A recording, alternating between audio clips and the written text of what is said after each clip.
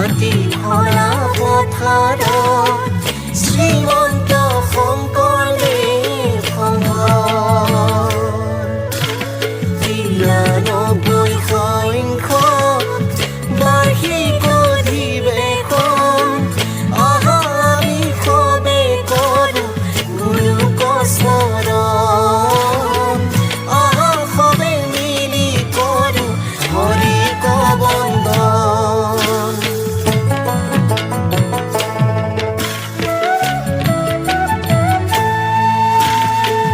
হৰি নামে মুখৰিত শ্ৰীমন্ত শংকৰদেৱ সমন্বয়